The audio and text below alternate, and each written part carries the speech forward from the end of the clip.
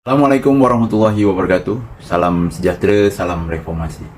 Selepas beberapa minggu turun padang menyantuni warga Sepang, mendengar keluhan, harapan dan impian anda semua, hari ini tibalah masanya untuk kita membuat pilihan.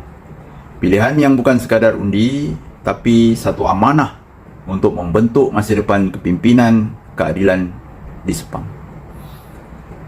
InsyaAllah, dengan keputusan yang bakal dibuat hari ini, kita akan menyaksikan keadilan Sepang melangkah ke fasa baru yang lebih mantap, lebih tersusun dan lebih dekat di hati rakyat bersama kepimpinan YB Datuk Borhan bin Aman Shah selaku Ketua Cabang Keadilan Sepang. Sahabat-sahabat seperjuangan, pemilihan penggal 2025 hingga 2028 ini amat penting. Ini bukan sekadar pertukaran barisan kepimpinan, tetapi satu peluang untuk kita memperbarui semangat, menghidupkan idealisme reformasi dan menyusun strategi menghadapi landscape politik yang kian mencabar.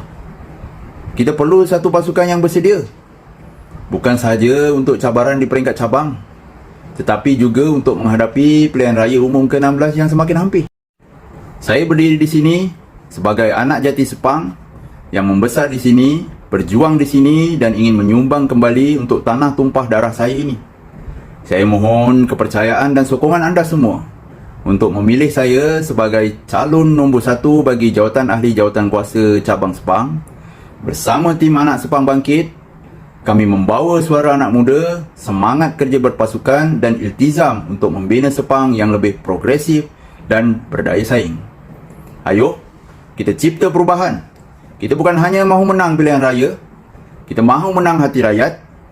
Undilah dengan bijak, undilah untuk masa depan, undilah tim anak Sepang Bangkit.